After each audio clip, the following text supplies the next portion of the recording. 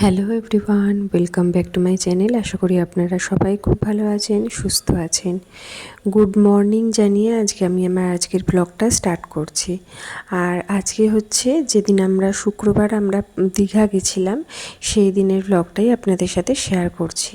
Last ব্লগে দেখিয়েছিলাম যে আমরা দীঘা পৌঁছে গেছি।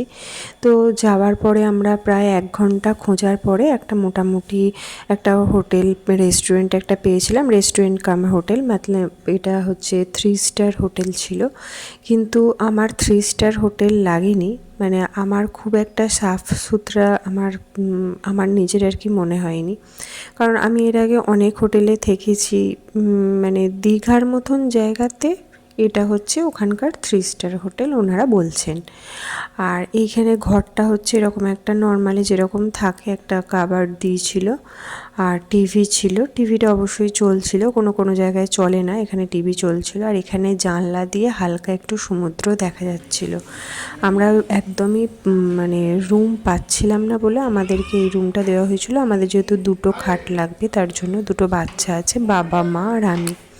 আর একটা রুমে ছিল বোন আর আমার দিদা আর বোনের ছেলে।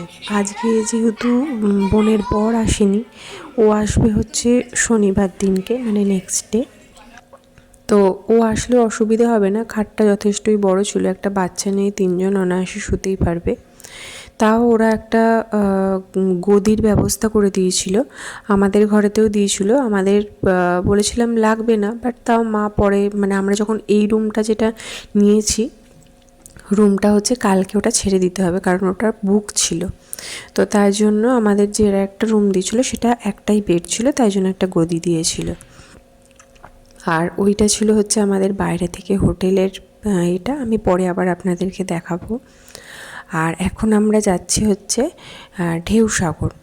এখানে মানে একটা টোটো এক রকম দাম নেয়। মানে আমাদের হোটেলের সামনে থেকে যখন আমি টোটো বুক করতে গেলাম, মানে বুক মানে কি নর্মালি যাব বলে, আমাদের তো একটা টোটো নিলেই পুরো ফুল বুক হয়ে যাবে, সেখানে নিল 10 টাকা করে, সেখানে বলছিল 20 টাকা করে পার হেড। তারপরে একটুখানি হেঁটে যখন মোড়ের মাথাটাতে এলাম, ওখান থেকে আমরা 10 টাকা করে পার হেড করে আমরা এলাম।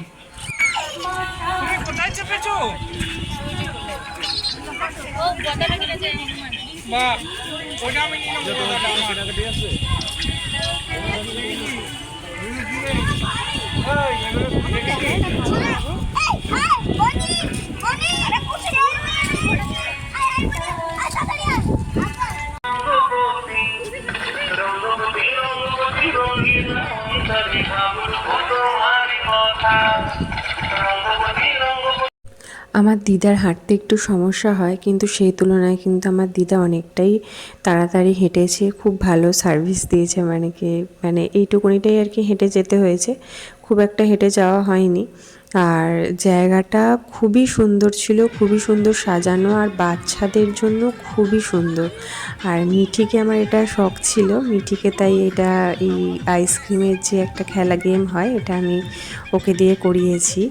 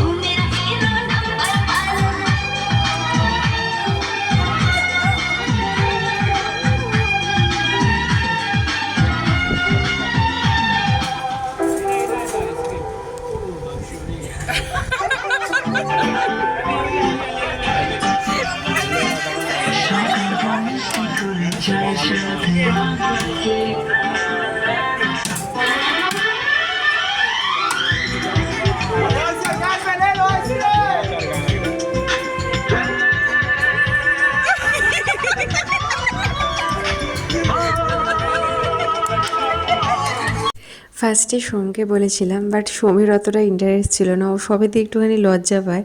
তো মিঠি তো ছোটো, ও অতটা এখন বোঝে না, তো মিঠিকে দিয়ে একটুখানি করালাম। আমারও নিজের করার ইচ্ছে ছিল, বাট বড়রা কেউ করছে না বলে ওই জন্য আমি আর গেলাম না। বেশ ভালোই লাগে, অনেক দিন ধরে দেখি যে এরকম একটা আইসক্রিম শো হয়। আর এই যে ভেতরটাতে দেখুন অনেক কিছু রাইড ছিল। আমরা আসবো এই টাইমটাতে, যে টয় ট্রেনটাতে মারাত্মক ভিড় ছিল, মানে আমরা একবার উঠতে গেছিলাম বাট উঠতে পারিনি। নেক্সট টাইম আমরা ট্রাই করেছিলাম, তখন একটু ফাঁকা হয়ে গেছিলো, কারণ একটু রাত হয়ে গেছিলো বলে ফাঁকাই হয়ে গেছিলো। আর এই যে এই টয় ট্রেনটাতেই উঠেছিলাম, কিন্তু দেখুন ভিড়টা দেখুন, দুদিকে লোক দাঁড়িয়ে রয়েছে, মারাত্মক ভিড় রয়েছে। আর ওর ব্যাক সাইডেও রয়েছে একটা রাইড। আমরা ততক্ষণ মানে এই ভিড়টা একটু কমা অবধি আমরা একটু ঢেউসাগরের ওই দিকটা দেখে আসতে গেছিলাম। ভেতর দিকটাতে যেটা রয়েছে একটা নৌকো মতন সাজানো থাকে, সেখানে নাকি স্যাটারডে আর সানডেতে প্রোগ্রাম হয়, বাট আমরা ফ্রাইডে গেছিলাম, তো এই আমরা কোনো প্রোগ্রাম দেখতে পাইনি। আর এইখানে দেখুন, এটা দেখে এত ভয় লেগে যাবে হঠাৎ করে যদি মানুষে দেখে। এই যে এইটার কথা বলছিলাম, এইখানটাতে একটা ঢেউসাগরের করা রয়েছে, তো এইটা এখানটাতে একটা প্রোগ্রাম হয়। আর এখানে পাশে একটা পার্কের মতন আছে, একটু ছোটোখাটো দোলনা টোল্লা রয়েছে, সেগুলো একটুখানি মিঠি চড়বো বায়না করছিল। আর সব কিছু লাইটিংয়ের দ্বারা খুব সুন্দর করে সাজিয়ে রেখেছে। আর এই যে আমরা এখন টয় ট্রেনে উঠে গেছি। টয় ট্রেনটা দিয়ে পুরো ঢেউসাগরের বাউন্ডারি ওয়ালটা পুরো ঘুরিয়ে দেখাচ্ছিল। ফার্স্টে তো এই যে রাস্তাটা দিয়ে আমরা এলাম সেই রাস্তাটা দিয়ে যেতে হবে, তারপরে ব্যাক সাইডের যে বাউন্ডারি ওয়ালটা আছে সেইটা পুরোটা ঘুরিয়ে দেখাচ্ছিল। কিছুটা মানে পাহাড়ের জায়গার সিন, মানে টয় ট্রেন যেরকম জায়গা দিয়ে যায় সেই রকম করার চেষ্টা করেছে অনেকটাই। ভালো লেগেছে, মানে পাহাড়ের গা দিয়ে যেমন অন্ধকার থাকে সেই রকমই আর কি। আর মিঠি তো হালকা ভয় পাচ্ছিল, আর আমি একটুখানি বোনের ছেলের পেছনেও লাগছিলাম, তো একটুতেই ভয় পেয়ে যায়। সোম আর ও দুজনে সামনে বসেছে, বোন সামনে বসেছে, আমি মিঠিকে নিয়ে আমার মা পেছনে বসেছি। আর আমার বাবা আর দিদা আসেনি, বললো যে জায়গাও ছিল না, বললো যা তোরা যা, আমরা এখানটাতে বসছি। আর আমরা না ফার্স্টে জানতাম না যে এটা টিকিট করতে হয়। আমরা যখন ঢুকেছিলাম, ঢোকার ওখানে সিকিউরিটি যিনি ছিলেন উনি এতগুলো বাচ্চা দেখে বললেন যান আপনাদের টিকিট করতে হবে না। তো আমরা ফার্স্টে লাইনে দাঁড়িয়েছিলাম, 20 টাকা করে টিকিট নেয় ঢেউসাগরে এন্ট্রি টিকিটটা, তো সেটা আর নেয়নি। কিন্তু এইটার জন্য যে টিকিট নেয় সেটা আমরা জানতাম না।